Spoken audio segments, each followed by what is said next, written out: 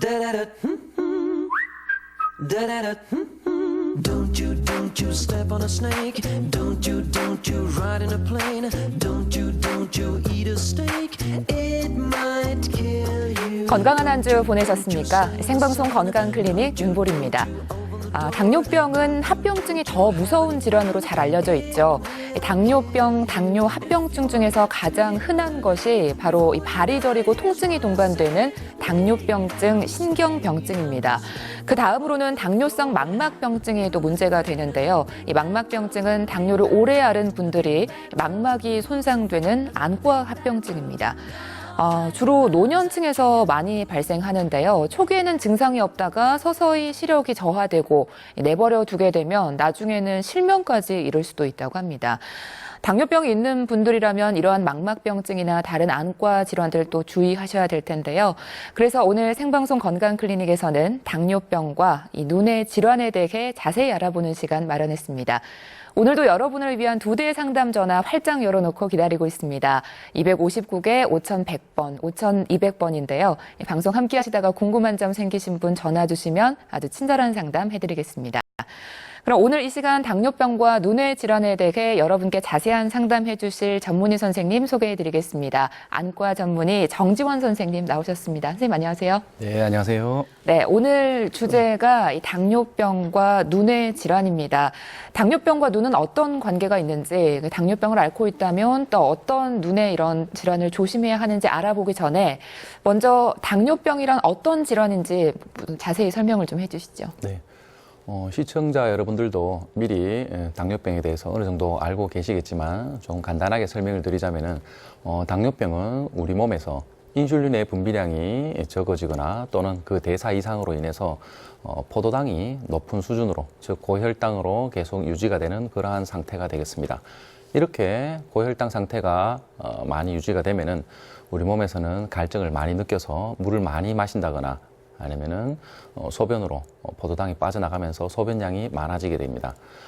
결국에는 이러한 증상들이 계속 오래 지속되면은 체중까지 감소하는 그러한 질환이 되겠습니다. 네, 당뇨병은 아주 흔한 성인병입니다. 평소에 잘 관리를 하면 큰 무리가 없지만 관리를 잘 하지 못했을 때 합병증이 수반되면 위험한 거죠. 특히 눈에 오는 합병증 주의해야 되잖아요, 선생님. 네, 맞습니다. 이러한 오랜 기간 혈당 상태가 계속 유지가 되면은 우리 몸에서는 다른 변화들이 일어나는데요. 가장 쉽게 찾아볼 수 있는 것들이 신경계통의 합병증, 신경병증, 그리고 콩팥에 문제가 되는 신장병증, 그리고 마지막으로 눈에 문제가 되는 당뇨 망막증 등이 있겠습니다. 네. 이러한 당뇨병은 미세혈관계 이상을 나타내는 그러한 대사성 질환이 되겠습니다. 이런 미세혈관계에 나타내는 대사성 질환이기 때문에 우리 몸의 주요 조직, 여러 조직에 많은 합병증을 일으키게 되고 눈에 일으키는 전신 합병증 중에서도 가장 중요한 부분을 차지하는 것이 당뇨가 되겠습니다. 네. 최근 생활 수준의 향상과 더불어 식습관이 서구화되면서 이러한 당뇨병의 발생률이 많이 증가가 되었는데요. 이에 따라서 당뇨 망막증 또한 많은 증가를 보이고 있는 추세입니다. 네, 이 망막병증에 당뇨병이 있는 분들이 가장 조심해야 할 안과 질환이라고 하던데요. 네네. 정확히 어떤 질환인가요? 네, 망막증을 알기 전에서 먼저 망막이라는 조직에 대해서 조금 알 필요가 있는데요. 네. 망막은 우리 눈의 안쪽 면에서 가장 뒤쪽 부분을 차지하고 있는 신경조직이라고 생각을 하시면 되겠습니다. 네. 조금 더 쉽게 설명을 드리자면은 카메라가 우리 눈을 똑같이 본떠서 만든 조직이라고 생각을 하시면 되겠습니다. 카메라에 필름이 있듯이 우리 눈에는 망막이 있다고 생각을 하시면 되겠습니다. 밖에서 상이 들어오면은 이런 상을 신경에서 받아들이는 조직이라고 생각하시면 되겠고요. 이러한 당뇨 망막증은 이런 망막의 미세혈관 이상으로 인해서 망막 부종이나 그다음 망막 출혈, 망막 박리 등으로 심한 시력 저하를 야기하는 조금은 무서운 질환이 되겠습니다. 네. 심하면 실명까지 할 수 있다니까 정말 무서운 질환이라고 할 수 있겠는데요. 어떻게 네. 해서 망막이 손상되고 또 실명까지 이르게 되는 건가요? 네네. 당뇨 망막증이 생기면은 우리 몸에서 가장 먼저 나타나는 변화는 미세혈관 이상입니다. 즉 혈관벽이 약해지면서 혈관 안에 들어있던 그러한 혈액이 누출이 될 수도 있겠고요. 지단백이 누출되면서 망막에 찌꺼기가 쌓이는 등 이러한 변화가 나타나게 되겠습니다. 네. 그리고 또 고혈당이 오랫동안 지속되면은 망막에 신생혈관이라는 것이 생겨날 수가 있겠는데요. 이러한 신생혈관은 언뜻 생각하기에는 좋은 것이라고 새로 생겼으니까 네. 그렇게 생각할 수가 있는데 실제로는 좋은 것이 아닌 나쁜 것이라 생각하시면 되겠습니다. 이렇게 신생혈관 갑작스럽게 급하게 만들어졌기 때문에 구조적인 이상이 동반되고 이러한 신생혈관에서 혈액 누출이 생겨서 망막출혈, 더 나아가서는 유리체 출혈과 같은 합병증을 만들게 되고요. 네. 이러한 출혈들이 주변 정상 망막 조직을 손상을 시켜서 견인력, 즉 당기는 힘이 작용을 하게 되면은 견인성 망막 박리 등의 아주 무서운 합병증을 일으키게 되겠습니다. 네. 또 다르게는 당뇨병이 있으신 분들이 흔히들 몸이 붓는다고 하는데요. 망막에서도 신경 안에서도 망막 부종, 아주 중요한 부위인 황반 부종까지 생기게 되어서 망막병증의 시력 저하를 일으키게 되겠습니다. 네, 이 당뇨병이 있는 분들이라고 해서 모두 다 망막병증이 오는 건 아닐 텐데요. 어떤 분들이 잘 발생하는지 또 발병률은 얼마나 되는지 궁금합니다. 네, 당뇨 망막병증의 일반 발생률, 즉 당뇨를 앓고 계시는 분들 중에서 당뇨 망막증이 생길 확률은 통상적으로 70% 정도로 보고 있습니다. 굉장히 높은 수치인데요. 네.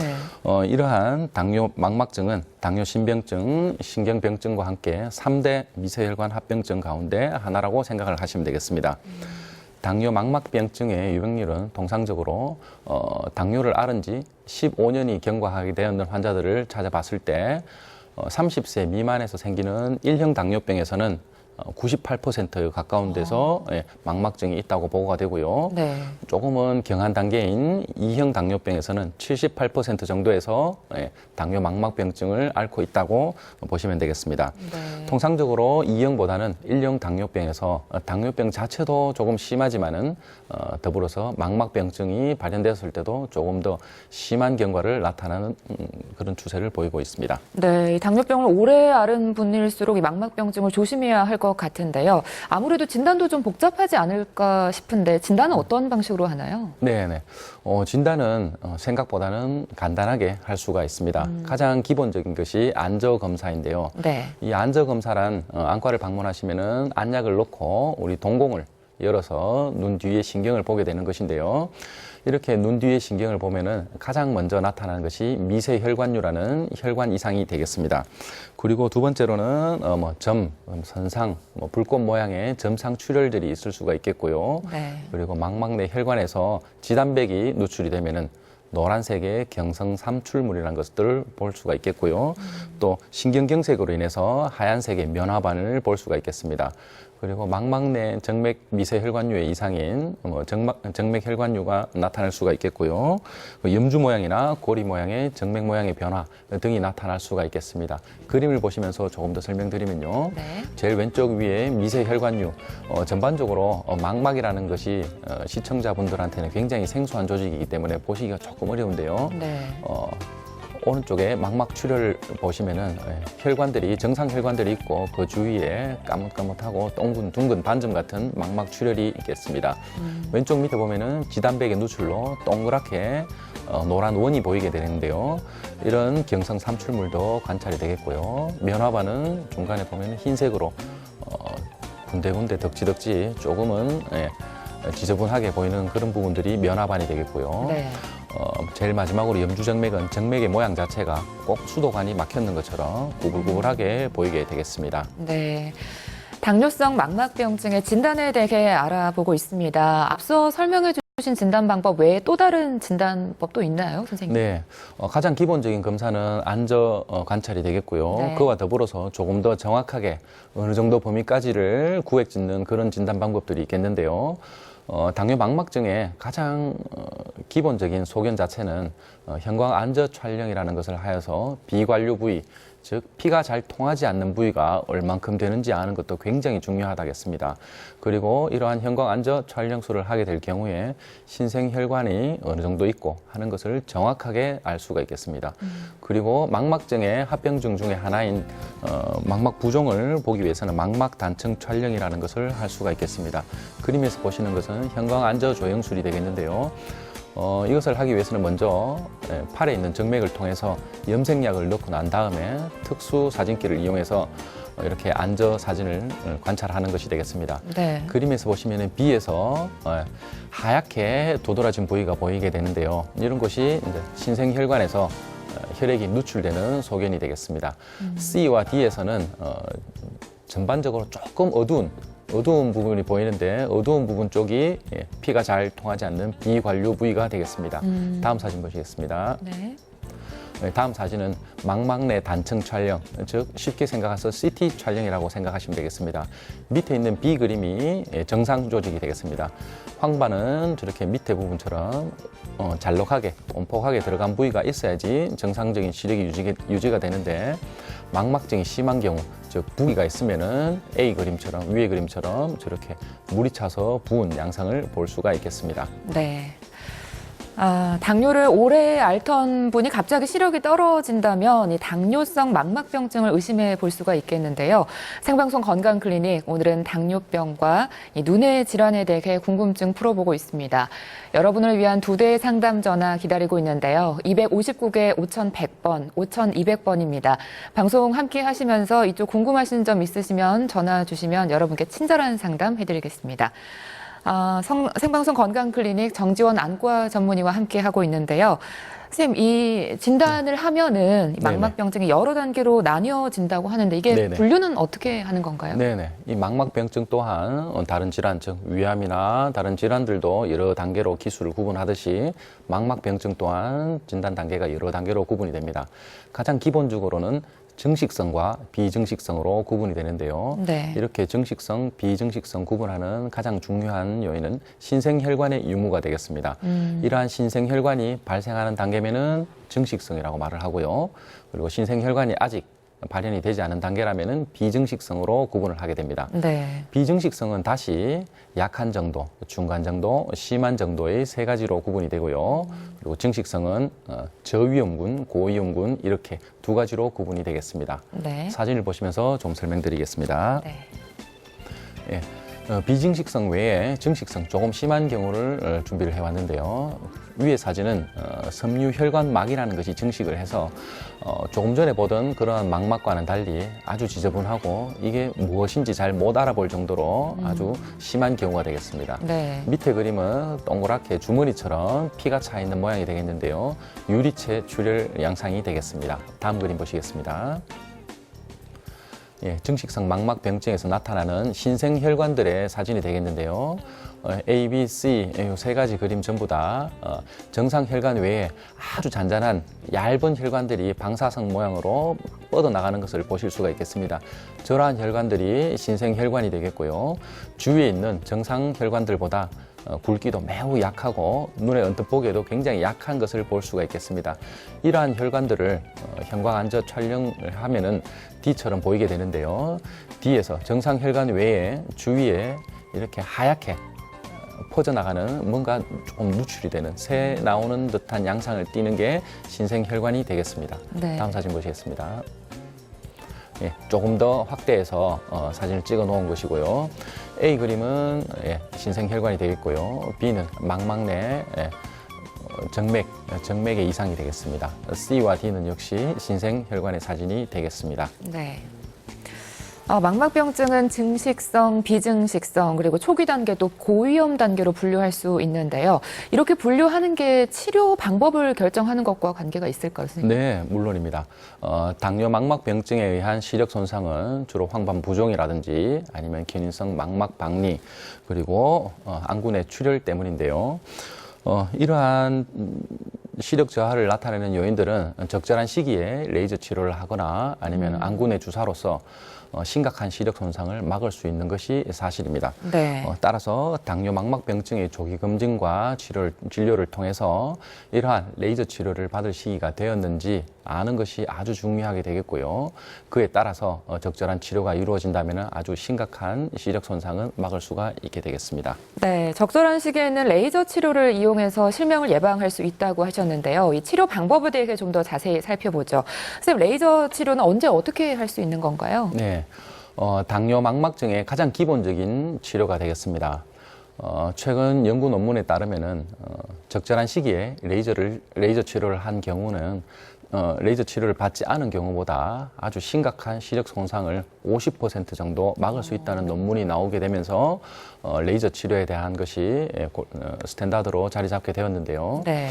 이러한 시기에 언제 레이저 치료를 할 것인가는 여러 안과 전문의 선생님들마다 조금은 다른 견해를 보여왔던 것이 사실입니다. 하지만 심한 비증식성 당뇨 망막증에서 치료를 하지 않고 가만히 놓아두었을 때 1년 정도가 되면은 반수 이상에서 증식성으로 진행을 하는 것으로 되어서 통상적으로는 레이저 치료는 비증식성, 심한 단계의 비증식성 망막병증에서 치료를 한다고 되어 있고요. 네. 레이저 치료를 하는 방법은 먼저 한눈에 4회씩 나누어서 하게 되어 있는데요. 한 번을 하고 나서 통상적으로 망막 부종, 부위가 조금 오기 때문에 일주일 정도 쉬었다가 2회째 하고 그리고 3회, 4회 마무리를 하게 되는데요. 이렇게 되면은 양눈을 하게 되면은 통상적으로 2달 정도 소요가 되고 또한 망막 레이저를 끝냈다고 해서 레이저를 다시 안 하는 것은 아니고요. 치료 경과를 보던 중에 다시 신생혈관이 생길 확률이 있다거나 아니면 출혈이 조금 생기는, 즉 심해지는 양상이 나타나면은 다시 추가적인 치료를 하게 되겠습니다. 네. 그 그림을 보시면은 망막 레이저 치료를 하는 것을 조금 쉽게 도식화시켜 놓은 건데요. 네. 먼저 눈앞에 어떻게 보면 까만 렌즈, 꼭 물통처럼 생긴 렌즈를 눈앞에 대고 네. 레이저 빔을 그 렌즈를 통해서 망막에 조사를 하게 되는 것입니다. 조금 보면은 초대체 출혈이라고 되어 있는 주변 부위에 이렇게 하얀 동그라미가 막 쳐져 있는 것이 보일 것입니다. 그것이 레이저를 한 양상이라고 생각하시면 되고요. 네. 오른쪽 사진은 망막 레이저 치료를 모두 완료한 사진이 되겠습니다. 크게 혈관궁이 보이는데요. 이렇게 레이저 치료를 안 돼 있는 부위, 저 부위가 흔히 말하는 중심 시력을 담당하는 부위라 생각하시면 되겠습니다. 네. 그 부위를 제외한 나머지 모든 부위를 4구획으로 나누어서 4번에 걸쳐서 레이저 치료를 하게 되겠습니다. 네. 네, 생방송 건강클리닉, 오늘은 이 당뇨병과 망막병증 같은 안과 질환에 대해 자세히 살펴보고 있는데요. 여러분을 위한 2대의 상담 전화 기다리고 있습니다. 259개 5100번, 5200번인데요. 지금 연결된 상담 전화 받아보겠습니다. 안녕하세요. 여보세요? 여보세요? 네, 안녕하세요. 예, 뭐 하나 여쭤보려고 하는데, 네, 증상이 어떻게 되시나요? 제가 한 3, 4년 전에, 네. 그, 산에 갔다가, 산행을 하고 이제 왔는데, 그 이튿날, 물체를 보면은, 이래, 이 물체가 이래 휘어져 보이더라고요. 네네. 예, 휘어져 보여가지고, 그래, 안과에 갔는데, 네. 그 사진을 찍어보더만, 뭐, 항반변성이라 하면서, 뭐, 그, 혈관이 뭐 별 필요 없는 게 생겨가지고, 네네. 그게 터졌다 하더라고요. 네네. 예, 그래서 그 병원에가 치료를 뭐 몇 번 이래 뭐 그 주사를 약물 치료를 하고 해도 네. 효과가 없어가지고 예. 그래가지고 막 중단을 해본 상태거든요. 네네. 예, 상대로 했는데 네네. 지금 제가 이래 눈을 이래 보면은 네네. 지금 현재 눈이 오른쪽 눈이거든요. 네네. 왼쪽 눈이거든요. 네네네. 오른쪽 눈을 가르고 왼쪽 눈을 이래 보면은 네. 이게 뭐 정확하게 이래 그 숫자가 잘 보이지 않으시고요. 안 보이고. 네네. 예. 이래 크기 뭐 자동차 뭐 이래 뭐 사람 같은 이런 거는 크기는 보이는데 네네. 뭐 이래 안과에 뭐 그 숫자 같은 이런 거를 보려고 네네. 하면 옆으로 야구에 막 신경을 써가지고 네네. 이래 보려고 하면 보이고 조금 많이 힘든 상황이시네요, 그죠? 예. 시청자분 죄송한데 지금 원래 연세는 어떻게 되시는가요? 제가 올해 59입니다. 59세. 혈압이나 당뇨 같은 질환은 없으시고요. 혈압은 평상시에 조금 높은 편이거든요. 네네. 당뇨는 없으시고요. 예예. 예. 오늘 방송 내용과는 조금 다르지만은 조금 비슷한 부분이 있어서 조금 설명을 드리자면은 예. 황반 부위에 피가 터졌는 것 같네요. 보니까 예. 이렇게 황반 부위는 우리 눈 시력을 담당하는 아주 중요한 부위라 생각하시면 됩니다. 예. 이런 부위에 피가 이렇게 터지고 나면은 일반 시청자분들이나 일반 환자분들이 되게 완벽하게 완치가 되는 것으로 생각을 하시고 치료를 시작하지만 실제로는 이렇게 황반변성, 즉 황반변성의 종류가 여러 가지가 있는데요. 피로 신생혈관이 터져서 생기는 황반변성의 경우에는 예후가 그렇게 좋은 편이 아니라고 보시면 되겠습니다. 이런 경우에 시청자분께서 치료받았듯이 이러한 눈 안에 안내 주사술이나 아니면 레이저 치료도 받을 수 있을 수가 있겠고요. 그리고 기본적으로는 먹는 약, 내복약을 조금 드시는 것이 도움이 될 것입니다. 그리고 이러한 치료의 앞으로의 계획이라든지 아니면 어떻게 될 것인가를 잘 알고 저 안과 전문의와 같이 치료를 하는 게 올바르다고 보는데요. 일단은 기본적으로는 시력이 왼쪽 눈처럼 아주 정상 시력은 돌아오지 오른쪽처럼 정상 눈으로 돌아오지는 않는다고 보셔야지 되고요. 치료를 하는 목적 자체는 조금이라도 시력을 더 정상에 가깝게 유지하기 위해서 치료를 한다고 생각을 하셔야지 되겠습니다. 예, 정기적으로 지금이라도 늦지 않았으니까 정기적으로 그런데 지금 네네. 한 3, 4년 됐는데 네네. 그래 저 가까운 병원에 가가지고 이래 네. 해보더만 안과 선생님이 네네. 거기에 뭐 딱거리가 뭐 앉아 붙었고 뭐 네네. 이래 안 된다고 이래 이야기를 하거든요. 네네. 이미 굳은 상태라도 이러한 황반변성이 신생혈관으로 와서 이미 있는 상태라면은 지금보다 조금 더 심해지는 경우도 드물게 있을 수가 있습니다. 그렇기 때문에 이게 딱지가 앉은 상태, 즉 딱딱하게 굳은 상태가 계속 유지가 되면은 제가 봐서는 지금 다행일 것 같지만 신생혈관이 있어서 터진 자리에 놓으면은 다시 한 번 더 똑같은 상황이 발생될 수 있기 때문에 정기적으로 네 그렇죠 정기적으로 안과 검진을 해서 조금 전에 말씀드렸던 형광안저 촬영술이나 안내 CT 촬영을 해서 변화가 있는지 그런 것을 잘 관찰해 보는 것도 매우 중요하다고 생각이 듭니다. 그럼 지금 숫자를 이래 전혀 뭐 알아볼 이래 보려고 해도 안 네네. 보이거든요. 네네. 이미 굳어져 있는 상황이라면은 그거보다 조금 좋아지는 거는 기대하기가 사실 조금 힘들겠고요.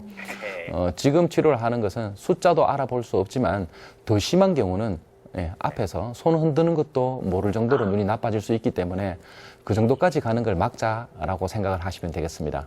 네. 예, 알겠습니다. 고맙습니다. 네네. 예. 네, 오늘 전화 고맙습니다. 계속해서 상담 전화 걸려오고 있는데요. 다음 전화 받아보겠습니다. 네, 다음 전화 받아보겠습니다. 여보세요? 네. 네. 당뇨병의 흔한 안과 합병증인 망막병증의 치료에 대해 알아보고 있습니다. 앞서 레이저 치료를 알아봤는데요. 다른 치료법은 어떤 게 있을까요? 네.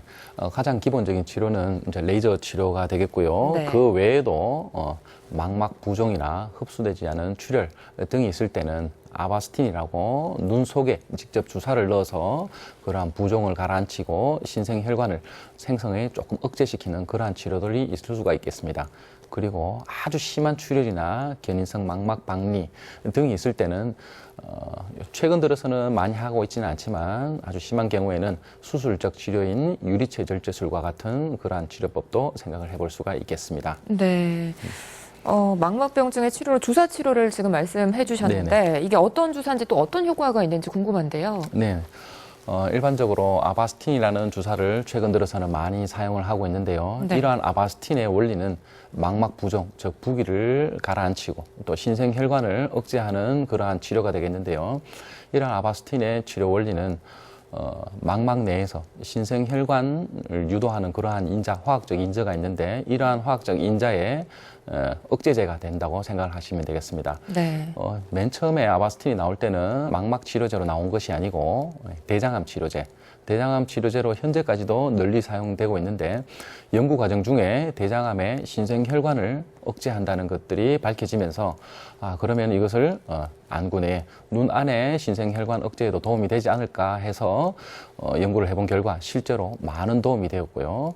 이러한 아바스틴이 나오기 전에는 다른 종류의 안내 주입술, 즉 스테로이드 일종인 트리암시놀론이라는 것을 이용해서 망막 부종을 치료를 하기도 했었으나 이 트리암시놀론은 다른 여러 가지 합병증, 백내장이나 뭐 녹내장 등을 유발할 수도 있고 네. 액 자체가 주사약 자체가 투명하지 않고 하얀색 성분을 띄어서 주사를 하고 나면은 많이 가려져 보이는 특정 부위가 잘 안 보이는 그러한 단점이 있어서 최근 들어서는 아바스틴으로 전부 대체가 되었다고 생각을 하시면 되겠습니다. 조금 더 깊지만 설명을 드리면은 그림을 보시면 설명드리겠습니다. 네. 눈 주위에 검은 동자 옆에 윤부라는 곳에서 한 4mm 정도 떨어진 곳에 아주 얇은 게이지의 침을 주사반을 이용해서 눈 속으로 직접 액을 주사하는 사진이 되겠습니다.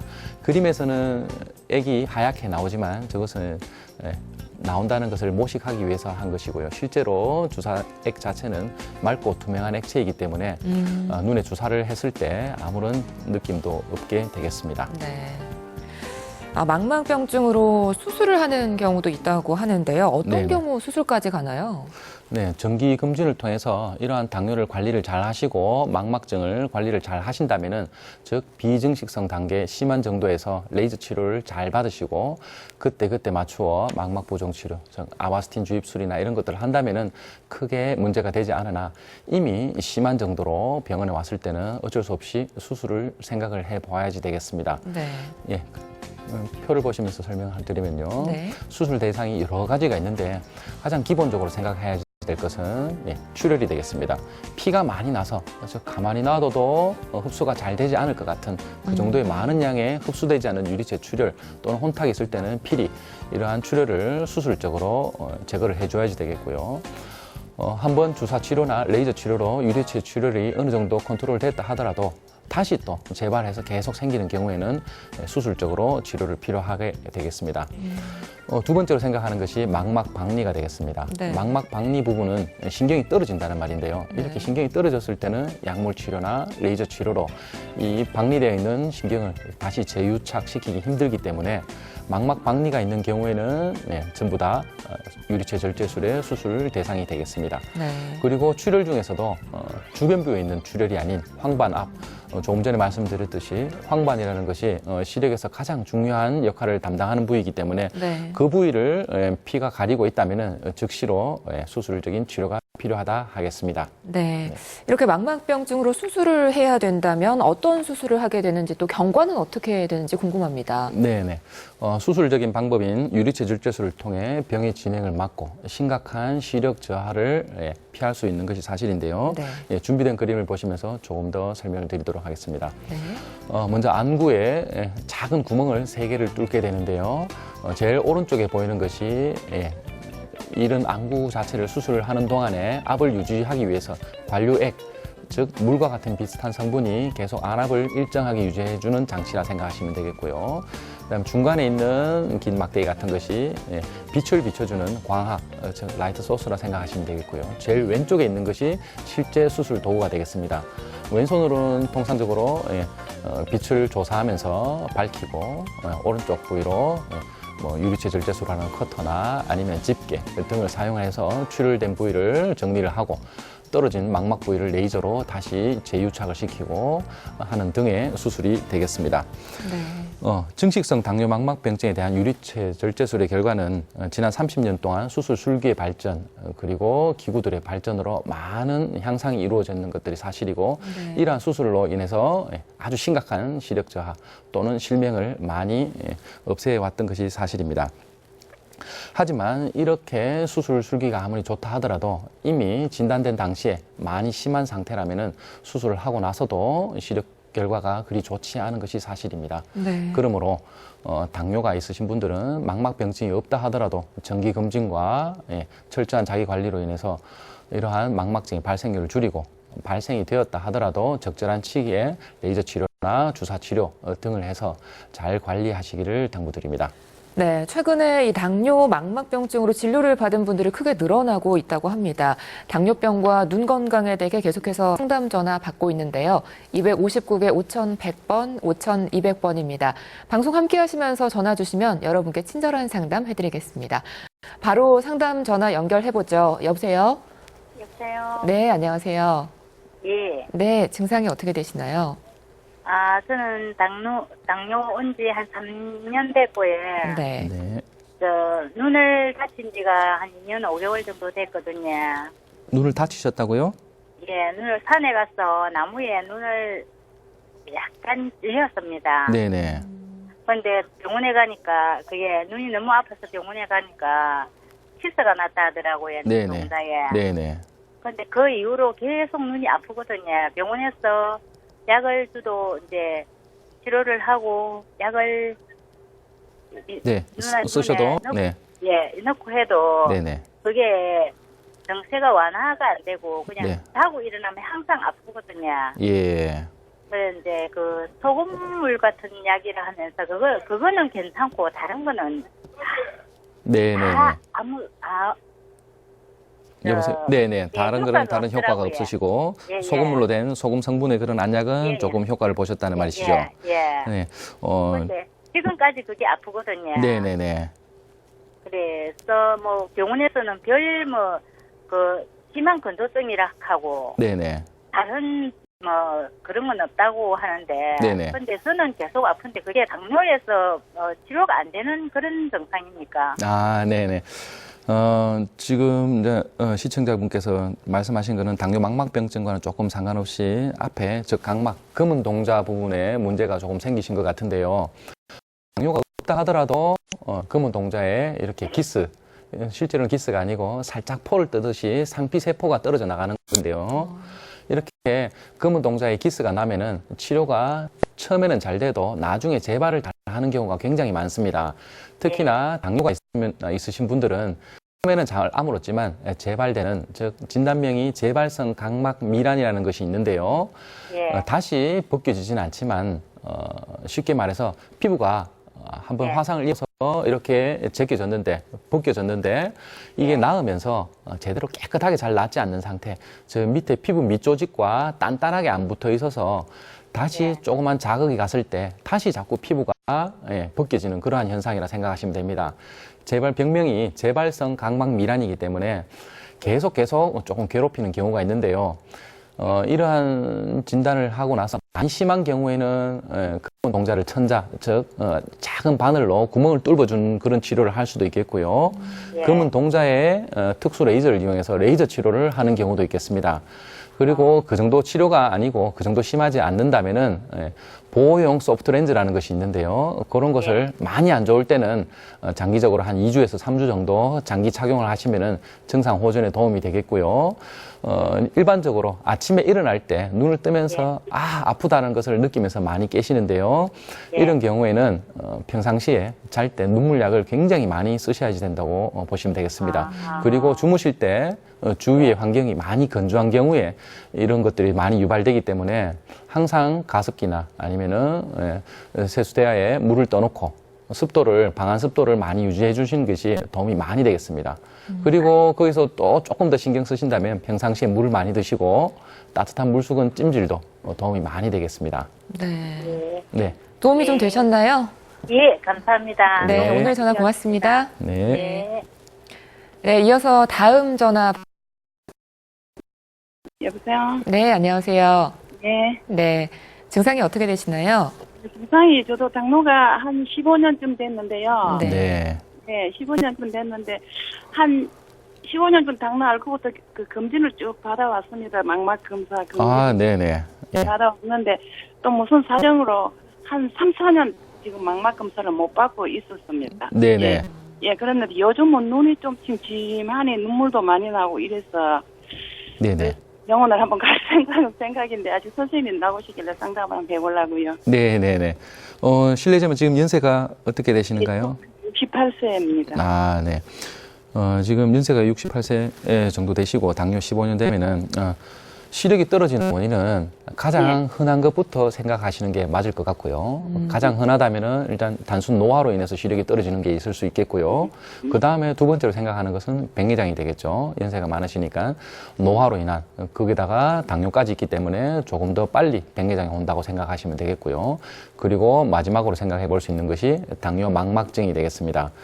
어떤 연유인지 모르겠지만 3, 4년 동안 이렇게 검진을 안 받으셨다니까 저도 조금 걱정이 되는데요. 저하고 직접 상담을 이렇게 하는 것보다 예, 안과로 방문하셔서 직접 안저 검사를 해서 실제로 망막증이 있는지 검사를 하는 것이 아주 중요하겠고요. 중요한 것은 당뇨 망막병증은 어느 정도 진행을 해서 많이 심한 단계로 넘어가지 않는 이상 당뇨 있으신 분들이 못 느낀다는 것이 아주 위험한 일입니다. 그러므로 증상이 없다고 해서 가만히 계시는 것이 아니라 증상이 없어도 최소 6개월에 한 번은 꼭꼭 나가셔서 검진을 받아서 미리 조금 전에 설명드렸던 그런 심한 단계의 증식성 당뇨 망막병증으로 넘어가지 못하도록 이렇게 꽁꽁 묶어두는 것이 중요하다고 생각이 되네요.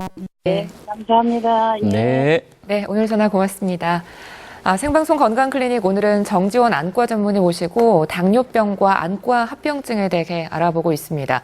선생님, 임신 중에는 또 망막병증이 더 심해질 수 있다고 해서 걱정인데요. 이 경우에는 어떻게 해야 될까요? 예, 임신 중에는 망막병증뿐만이 아니라 임신 자체가 당뇨병을 악화시키는 그러한 몇 가지 요인들이 있습니다. 심박출량이 증가한다거나 아니면 임신과 관계된 여러 가지 호르몬이 나오면서 당뇨병 자체를 조금 더 심하게 또는 더 빨리 진행시키는 경우가 있는데요. 이와 더불어서 당뇨 망막증도 조금 더 타이트하게 관리를 받으셔야지 되겠습니다. 네. 임신을 했다고 해서 당뇨 망막병증에 대한 치료나 아니면은 스케줄이 달라지지는 않습니다. 네. 단지 통상적으로 하는 그러한 정기 점검 스케줄보다는 조금 더 줄여서 그렇죠? 심하지 않은 아주 약한 정도의 비증식성 당뇨 망막증이라 하더라도 3에서 6개월마다는 한 번씩 검진을 받으셔야지 되겠고요. 중간 정도의 비증식성 당뇨 망막증이 있는 경우에는 1에서 3개월, 그리고 심한 정도의 비증식성 당뇨 망막증이 있다면은 임신과 상관없이 즉시로 레이저 치료를 하셔야지 되겠습니다.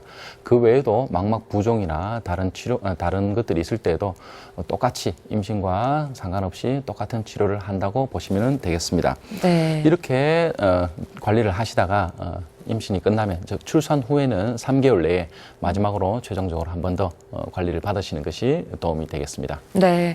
당뇨병과 또 다른 안과 질환과의 연관성도 궁금합니다. 나이가 들면서 왜 백내장은 좀 흔히 생기는 질환이잖아요. 네네, 백내장에도 뭐 연관이 있나요? 네네.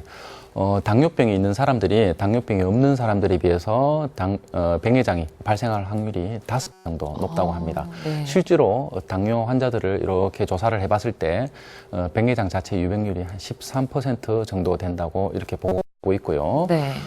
하지만 물론 이러한 백내장 자체는 가장 많은 원인은 노화가 되겠습니다. 노화로 인한 백내장에 더해서 이렇게 당뇨병이 있게 되면은 조금 더 젊은 나이에 백내장이 올 수가 있겠고요. 네. 또 조금 더 심한 정도의 백내장이 온다고 생각을 하시면 되겠습니다. 사진을 보시면은 백내장에 대한 간단한 모식도가 되겠는데요. 네. 왼쪽은 정상적인 수정체가 되겠습니다. 조금 전에 카메라를 이용해서 우리 눈의 구조를 비교해서 설명드렸는데요. 네. 망막은 필름에 해당되는 부분이 되겠고요.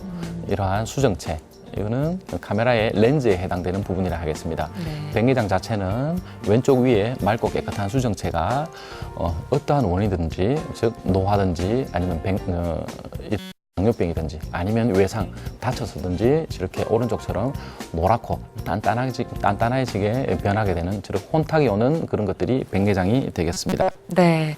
당뇨가 있는 분들이라면 백내장에 대한 주의 또 관리도 더 꼼꼼히 하셔야겠습니다.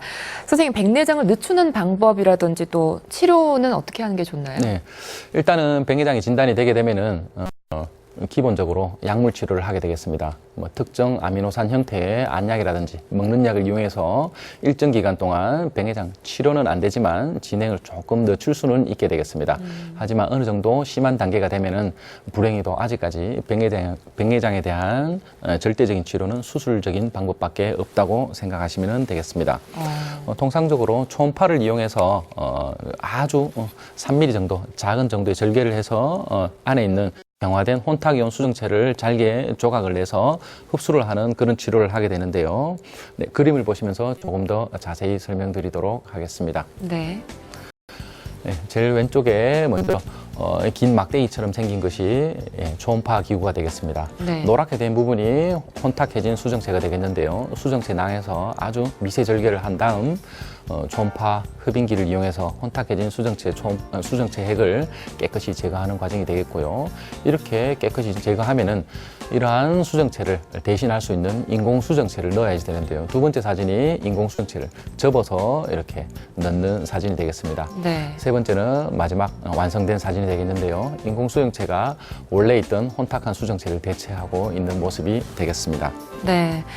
당뇨병이 있는 분들 눈에 생기는 합병증에 대해 주의가 필요한데요. 녹내장은 걱정하지 않아도 되는지도 궁금합니다. 네, 물론 녹내장도 관련이 많다고 보시면 되겠습니다. 네. 통상적으로 녹내장에 대한 종류가 굉장히 많은데요. 개방각 녹내장, 그다음 혀부각 녹내장, 아니면 정상아랍 녹내장, 여러 가지 녹내장이 있는데요. 네. 당뇨 자체는 이러한 모든 녹내장의 발생률을 높인다고 보시면 되겠습니다. 특히 개방각 녹내장 같은 경우에는 역시 5배 정도 더 발생률을 높인다고 되어 있고요. 네.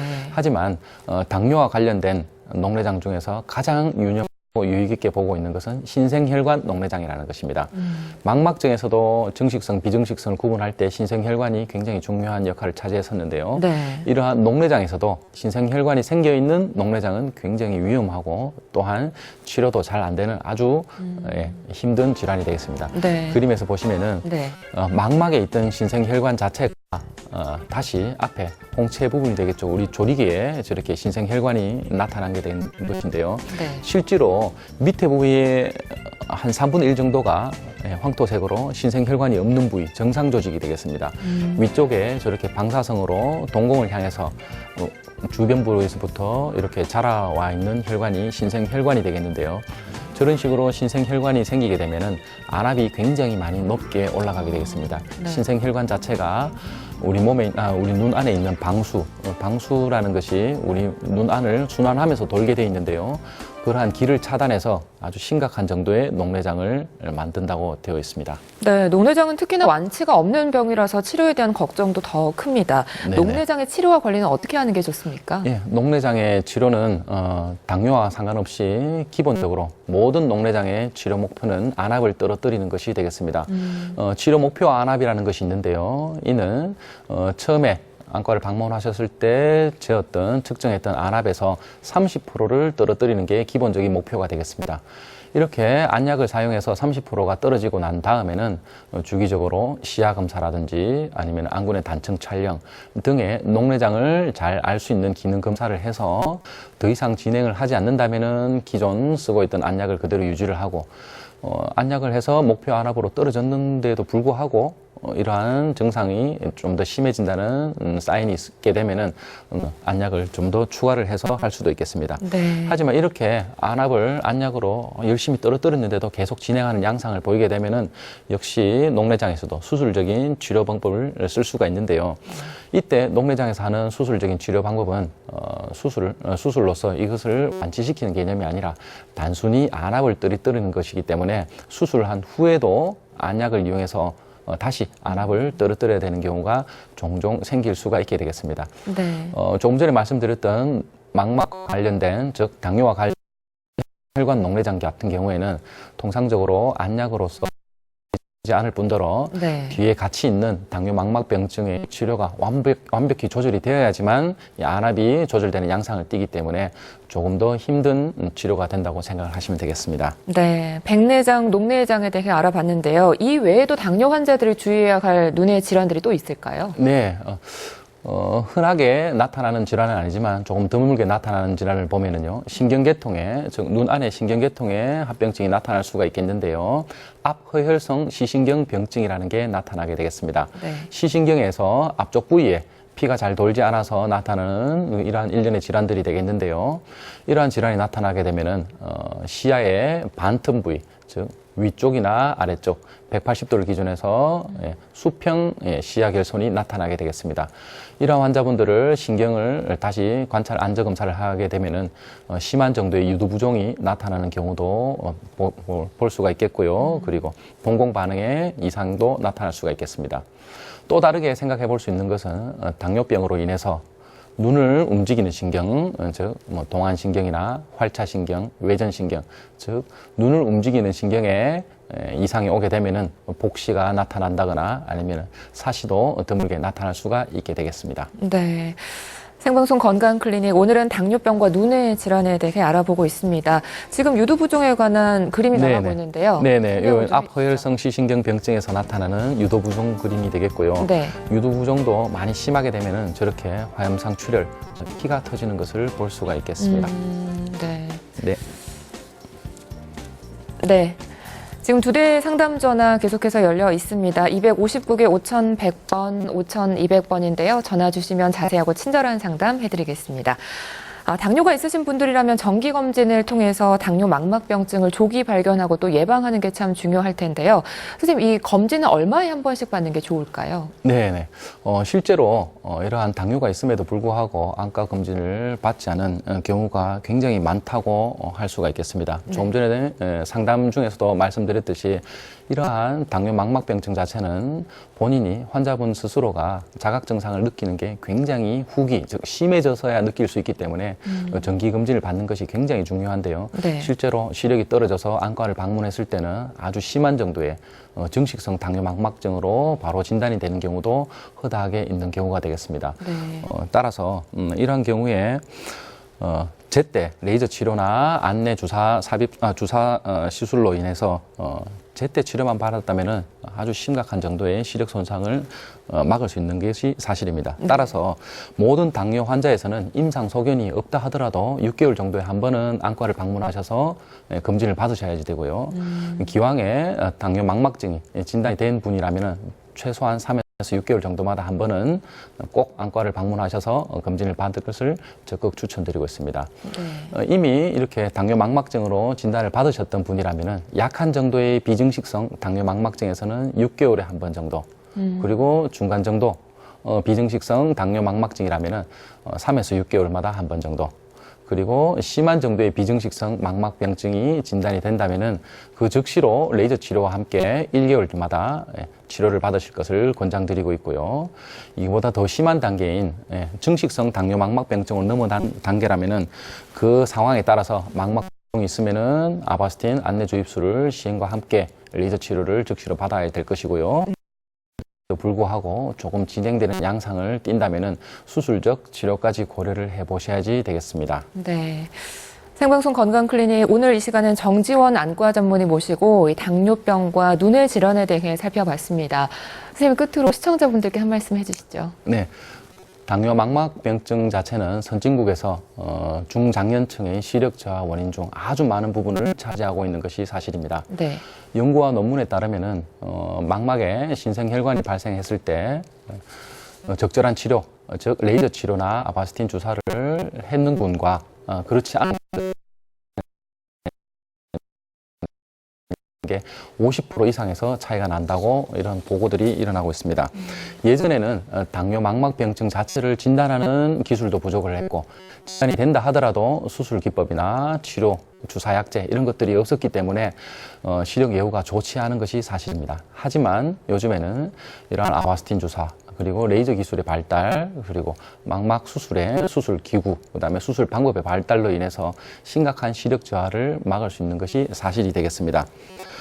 하지만 이러한 수술 기법이 많이 발달된 것도 사실이지만 이미 진단되었을 당시에 많이 심한 상태, 즉 증식성 단계에서 발견이 되었다면 수술이나 이러한 치료를 하더라도 시력 예후가 그리 좋지 않은 것이 사실입니다. 따라서 망막증이 발견되었다면 당뇨가 없다 하더라도 3에서 6개월마다 한 번씩은 꼭 정기검진을 하시고요. 망막증이 발견되었다면 3개월 정도마다 한 번씩은 꼭 정기검진을 받으시고 받으시면서 안내 CT나 형광안저 촬영술 이런 것들로 인해서 망막 부종이나 그와 다른 상태를 잘 판단하여서 결국에는 심각한 시력 저하를 막을 수 있는 그런 길이 되겠습니다. 네. 선생님, 왜 당뇨가 있건 없건 눈은 참 예민하고 중요한 네네. 기관이잖아요. 네네. 우리가 평소에 뭐 쉽게 할 수 있는 눈 건강 관리법이 있을까요? 당뇨가 있건 없건 네네. 당뇨 유무와 관계없이 조금 광범위한 질문이라서 그런데요. 네. 제가 환자분들한테 주로 많이 말씀드리는 것은 눈 주위 위생 관리가 되겠습니다. 세수할 때 네. 조금 더 속눈썹 주위를 갖다가 조금 세밀하게 닦아주시고 거기서 조금 더 된다면은 따뜻한 물수건으로 네. 찜질하는 것도 눈에 도움이 굉장히 많이 된다고 하겠습니다. 물론 이러한 다른 질환, 전신질환, 당뇨나 고혈압이 있다면은 이것의 관리가 가장 먼저 되어야지 될 것입니다. 네. 그리고 아까 왜 앞서서 망막병증의 수술에 대해서도 알아봤는데요. 네네. 이 수술을 하고 나면 뭐 100% 완치가 되는 건가요? 아니면 혹시 예후가 안 좋을 경우 또 다시 재수술을 해야 되는 경우도 있을까요? 네네. 당뇨에 대한 질환 자체를 이해하시는 것이 조금 도움이 되는데요. 네. 당뇨라는 것은 없어지는 질환이 아니겠습니다. 항상 끌고 가는 것이고 지니고 가는 것이고 그에 따라서 심한 정도에 따라서 관리를 하는 질환이라고 생각을 하셔야지 되는데요. 네. 그렇기 때문에 수술을 한번 받았다고 해서 끝나는 것은 아니고요. 수술을 받는 것은 많이 떨어진 시력을 어느 정도 호전시키는 것이지 호전시키고 난 다음에는 당뇨 관리 및 당뇨 망막증의 관리가 똑같이 이루어져야 되겠고요. 네. 관리가 또다시 잘 안 이루어진다면은 수술을 재수술, 3수술까지도 받을 경우가 드물지만 생길 수가 있겠습니다. 네. 또 망막병증 같은 경우 임신 중에는 더 심해질 수 있다고 하셨잖아요. 네네. 임신 중에도 수술을 혹시 해야 되는 경우가 있다면 그게 가능한가요? 아니면은 출산을 하고 나서 해야 될까요? 네, 거기에 대해서는 환자분의 상태에 따라서 경우에 따라서 조금 달라질 수가 있는데요. 네. 아주 심한 경우 임신을 유지한 채로 망막병증 수술을 할 수도 있겠습니다. 최근에는 수술 기법 자체가 많이 발달되어서 전신 마취 없이도 국소 마취로도 수술이 가능한 부분이기 때문에 네. 될 수 있으면은 임신이 끝난 다음에 수술을 하는 것을 고요. 네. 아니면은 도저히 눈을 살리는 게 빠르겠다 싶으면은 네. 국소 마취를 해서라도 수술을 하는 것을 권유드리고 있습니다. 네. 선생님 오늘 말씀 고맙습니다. 네, 감사합니다. 네. 날씨가 쌀쌀해져도 식중독을 조심해야 됩니다. 영하 20도 이하의 낮은 온도에서도 노로바이러스가 생존하기 때문인데요.